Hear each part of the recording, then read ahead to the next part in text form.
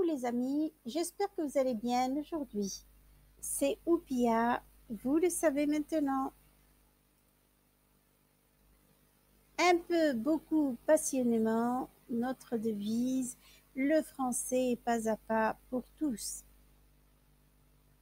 La leçon d'aujourd'hui, les syllabes, suite et fin. La dernière fois, nous avons travaillé sur des lettres qui comportaient des difficultés dans la prononciation. Aujourd'hui, nous terminons avec H, Q, W. Donc, venons créer des mots avec des syllabes dont la consonne est H, Q et ensuite W avec une voyelle différente à chaque fois. Écoutons les sons.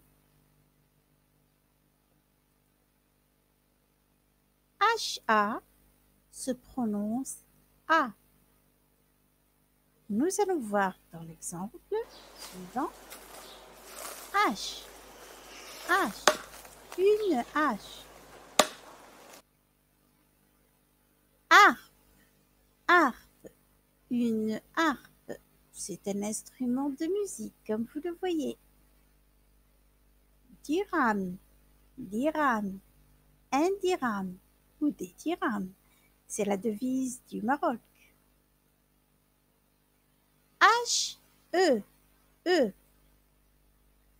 On ne prononce pas le H, donc c'est un H muet, comme tout à l'heure avec le A, et comme avec les voyelles qui vont suivre. Nous voyons l'exemple. Herbe, herbe, une herbe.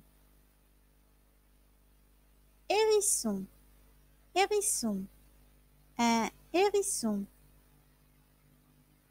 Théâtre, théâtre, un théâtre. Diarrhée, diarrhée.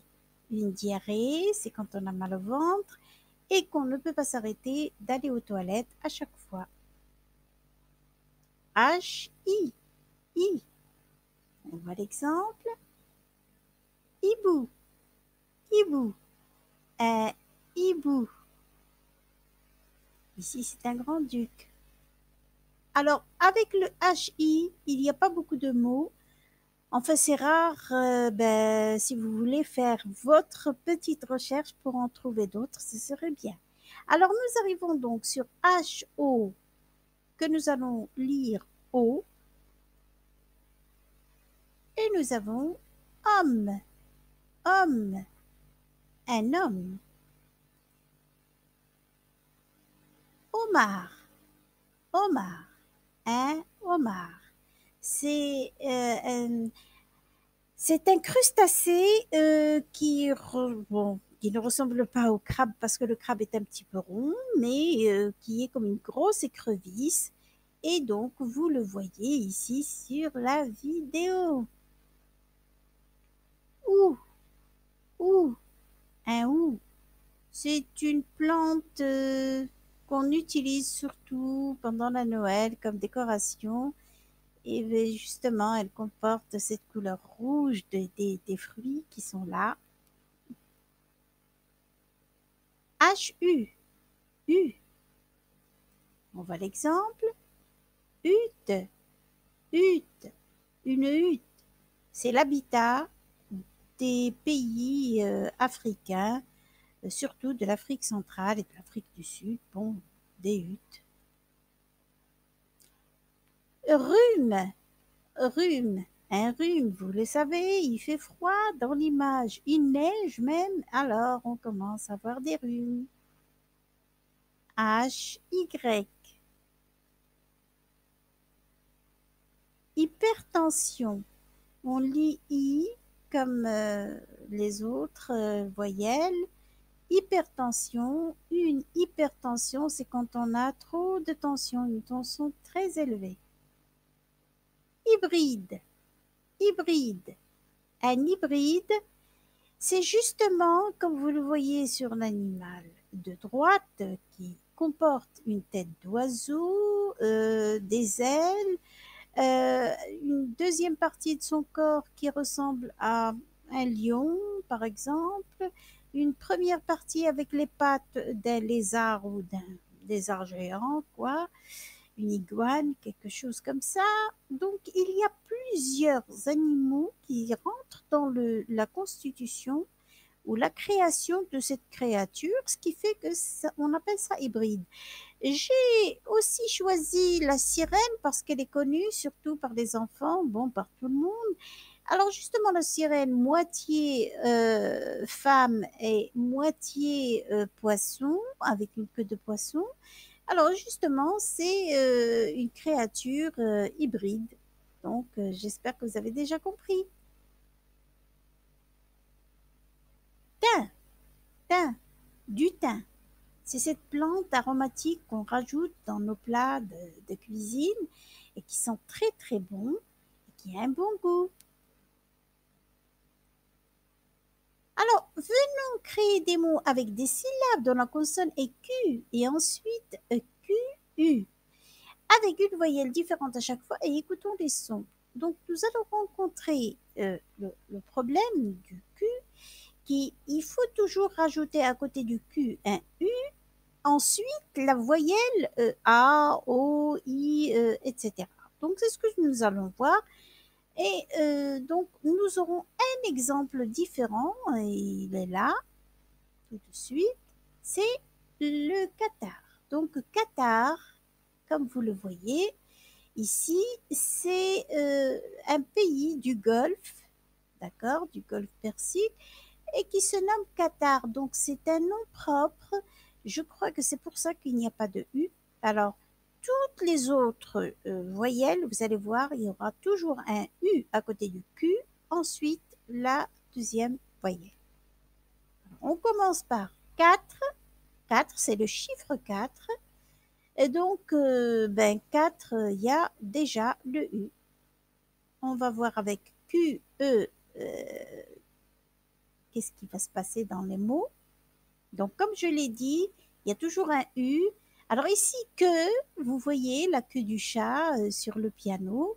Donc, une queue. Coquelicot. Coquelicot. Un coquelicot, c'est ces fleurs rouges qui se trouvent dans les champs de blé la plupart du temps et qu'on aime très bien parce que ça annonce le début de l'été et on est tellement content d'avoir les vacances et tout ça que ça donne. Et puis il y a cette petite chanson que chantent les enfants, gentil coquelicot mesdames, gentil coquelicot messieurs. Et ben voilà, coquelicot. Musique. Musique, une musique, eh ben, tout le monde sait ce que c'est que de la musique. Alors justement, le Q-U-E pour dire que, voilà. Maintenant, c'est Q et I. Alors on va voir. Quilles, quilles, des quilles. Alors les quilles sont, vous les voyez bien, elles sont là, elles attendent la balle qui va être lancée pour les faire tomber. C'est un jeu pour les petits-enfants et pour les adultes. Ils sont différents à chaque fois parce que les quilles des petits elles sont différentes dans le lieu, la forme reste toujours la même et il y a toujours une balle, sauf que la balle ici est lourde alors que pour les petits, c'est une balle qui est assez légère mais qui fait tomber quand même les quilles car elles sont légères aussi. On passe à l'autre image. Requin, requin, un requin, toujours Q-U-I. Voilà. Q-O. Alors, on va voir pour le Q-O. Nous avons quotidien, quotidien, le quotidien. C'est ce que nous faisons tous les jours. D'accord? Quotidien, c'est tous les jours. Voilà, c'est la même chose. Quoi? Quoi? C'est une personne qui se pose une question. Quoi? Alors, elle lève les mains et puis il y a le petit point d'interrogation pour expliquer davantage. Appliquons, appliquons. Nous appliquons. Alors ici, il y a une huile essentielle que nous allons appliquer sur la peau de la femme. Tout à l'heure, vous allez le voir donc dans la vidéo. Et donc, appliquons Et ici aussi, c'est difficile de trouver des mots avec le QUO, sauf dans la conjugaison avec cette première. Euh, enfin, nous le verrons dans la conjugaison, mais en tout cas, c'est nous, d'accord? Donc, qui donne un pluriel où nous allons retrouver le QUO. Voilà. Alors ici, nous avons QU pour dire le mot barque, barque, une barque. Mais ici, je n'entends pas le son U. Vous le voyez, le U, il a toujours été présent dans tous les autres mots et on ne l'a jamais lu. Je vais vous en trouver de mots où on va citer, mais avant, nous avons nuque, nuque, une nuque.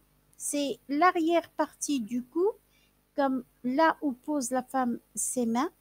Et donc, ici non plus, on n'entend pas le son U. Sauf ici, donc dans ce mot piqûre, une piqûre, piqûre d'insecte.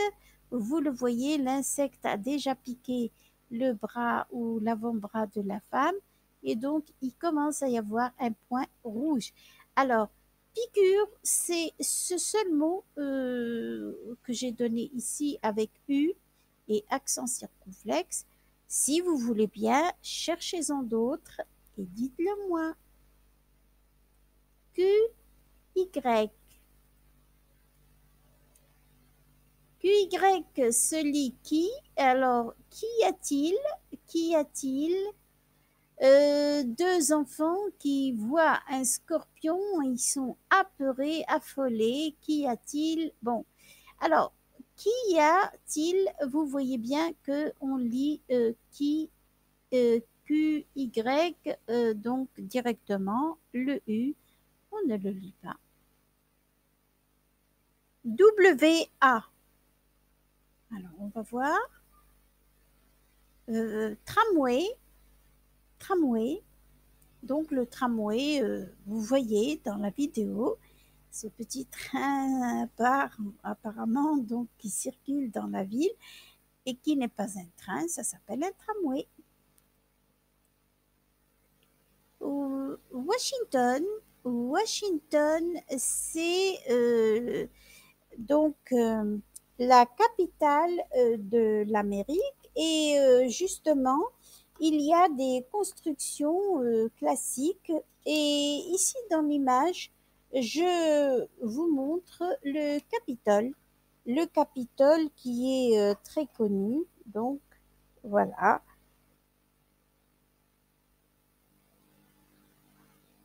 WE, on va voir ce que ça va donner comme lecture. Alors, nous avons western. Au western. Western, ce sont ces films de cow-boys enfin, de la fin du 19e siècle, 18e aussi même, et puis début du 20e siècle, que nous voyons au cinéma ou à la télévision, ou maintenant sur YouTube, on peut voir des westerns. Eh bien, justement, c'est toute une période où les gens s'habillaient, comme vous le voyez un petit peu sur l'image. Voilà, je vous conseille de regarder un film western. Ça va être amusant aujourd'hui. Allons-y pour le tweed. Tweed, c'est un tissu qui vient de l'Angleterre. Euh, il est en laine et donc on appelle ça le tweed. D'accord? W-I. On va voir le mot sandwich. Sandwich. Bon, ben ce nom, il est connu, tout le monde l'utilise. Sandwich, tout le monde sait ce que c'est. Vous voyez, ce sont des mots avec le W qui, la plupart du temps, viennent d'une autre langue, surtout de l'anglais. Et elles sont rentrées dans le français. On les utilise aujourd'hui. Mais quand même, elles comportent une certaine manière de lire le W. Donc, on continue. Chewing-gum. Chewing-gum, vous voyez, c'est ce bubble gum donc qui gonfle, enfin, on peut jouer avec. Comme vous voyez, la bouche qui est en train de faire la bulle. Et bien voilà, chewing-gum. Le twist. Twist. Le twist, c'est une danse du début du XXe siècle et qu'on s'amuse à faire trembler un petit peu les hanches, peut-être les épaules, etc. Ça s'appelle le twist. W-O. Hollywood. Hollywood, c'est, si vous voulez, un quartier de la ville américaine de Los Angeles. Et c'est aussi le centre historique des studios de cinéma. Donc, je vous ai mis un Oscar et puis pour voir que c'est du cinéma. On parle. Show. Show. Alors, ça s'écrit show. On prononce ça show. Et justement, c'est, si vous voulez, un spectacle de variété centré sur une vedette. W-U. Alors ici, ça parce que c'est un jeu, si vous voulez, de d'art martial chinois. Et on va le prononcer à la chinoise, Wushu. Wushu. C'est comme ça qu'on prononce. Et donc, vous le voyez, c'est un petit peu du full contact différent. W, Y. Alors là, nous avons Schwitz, Schwitz, et vous le voyez, le W ici est prononcé comme un V, c'est une prononciation un petit peu allemande, d'accord? C'est, si vous voulez, une commune suisse, d'accord? Ben, elle est proche de l'Allemagne et donc on prononce en allemand presque. Ici, nous avons viandotte. Viandotte, c'est aussi, on le prononce en V, mais là c'est une poule américaine, si vous voulez, c'est une race de poule américaine et qui a une crête de coq sur la tête. Paraît-il que ce sont des poules pondeuses. Viandotte. Alors, on se souvient pour H, tous les mots que nous avons appris aujourd'hui contiennent un H muet qu'on ne prononce pas. On se souvient pour Q, tous les mots que nous avons appris aujourd'hui contiennent un U muet, sauf que le premier mot avec la lettre à Qatar, qui est un nom propre d'un pays. On se souvient pour W, tous les mots que nous avons appris aujourd'hui contiennent un W que nous allons prononcer E si c'est un mot qui vient de l'anglais, ou V si c'est un mot qui vient de l'allemand. Enfin, c'est pas une règle, mais bon, si vous voulez vous souvenir. Pour mieux vous souvenir de ce que vous avez entendu aujourd'hui, écrivez sur votre cahier tous les mots et tous les sons appris avec la lettre H, la lettre Q et la lettre W. Et moi, je vous dis à la semaine prochaine avec une nouvelle vidéo et avec un nouvel apprentissage. D'ici là, amusez-vous bien. Merci d'avoir regardé la vidéo.